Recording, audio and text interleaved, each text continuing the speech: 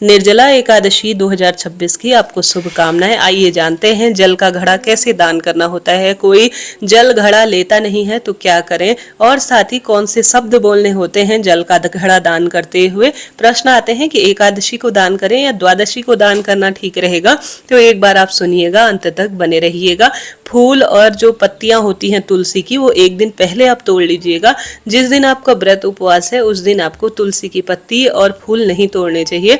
ये कभी भी किसी भी रूप में प्रभु जी को समर्पित हो सकते हैं तुलसी, तो आप इन्हें बासी रूप में ना समझे और एक दिन पहले ही इन्हें तोड़कर रख लीजिए। जलदान का एकादशी के दिन सबसे अधिक महत्व है। जल में साक्षात मत्स्य पुराण में वर्णन मिलता है कि श्री नारायण का वासा है। ऐसे निर्जला एकादशी के दिन अगर आप जल दान करते हैं तो पितृदेवता भी तृप्त होते हैं। शारीरिक मानसिक आर्थिक कष्ट बंधनों से आपको स्वतः ही मुक्ति मिल जाती है। तो आप निर्जल एकादशी का जरूर से ही व्रत कीजिएगा। व्रत ना भी कर पाए ना तो आप दान जरूर करें। दान इस दिन क्या क्या करना होता है, जैसे कि पंखा, छाता, जूता और ठंडक पहुंचाने वाली चीजों का दान किया जाता है। अब सबसे पहले बाजार से मिट्टी का एक कोरा आप कलश ले आए। बड़ा कलश ले सकते हैं, इससे भी बहुत बड़ा ले सकते हैं, इच्छा आपकी है, परंतु छोटा सा भी लिया जा सकता है। मिट्टी का बर्तन सबसे शुद्ध होता है और ये ठंडक पहुंचाने का कार्य करता है। नहीं तो आप स्टील, तांबा, पीतल जो भी आपसे व्यवस्था हो, जिस रूप में भी करते हैं उस तरह से कर सकते हैं। जैसे कि कई लोग मिट्टी का पात्र दान नहीं करते बल्कि वह सरबत रूप में भी दान करते हैं, तो उस तरह से भी आप कर सकते हैं। जहां पर भी आपके भगवान जी की मूर्ति प्रतिमा है, हमेशा भगवान जी के दाहिने तरफ आप जब दान करें तो कलश को स्थापित करें। ऐसा शास्त्रों में वर्णित है कि भगवान जी के दाहिने तरफ कलश का वासा होना चाहिए। ऐसे में आप सभी जब आप पूजा करेंगे ना सुबह, तो इस कलश को अपने घर के मंदिर में इस तरह से सबसे पहले स्थापित करें, क्योंकि आपके घर के जितने भी वास्तु दोष है, पितृदोष है या कोई शारीरिक मानसिक कोई दिक्कत है, तो इस जल में भगवान जी से अभिमंत्रित कर देंगे और बाद में से आप दान करेंगे ना तो सबसे सुंदर इसका परिणाम मिलेगा। जब आप अपने घर से जल भरेंगे तो निरंतर भगवान का नाम ओम नमो भगवते वासुदेवाय या कृष्णाय वासुदेवाय हरे परमात्मने प्रणतः क्लेशनाशाय गोविंदाय नमो नमः या हरे कृष्णा हरे रामा, इन महामंत्रों का सरल तरीके से आप ज़्यादा व्रत उपवास या किसी कारण से कोई कार्य नहीं कर पाते, परंतु इन चीज़ों का दान आपको करना है। जल भरकर मुख पर मौली बांधें। उसके बाद आप सभी जो आप स्वास्तिक, चाहे तो हल्दी का, चाहे तो चंदन का, चाहे तो कुमकुम का, इस पात्र में बना लीजिए। अब इस दिन कोरा कलश नहीं, इसमें थोड़ा सा आप शक्कर डालें, क्योंकि मीठा जल दान करने का प्रावधान है।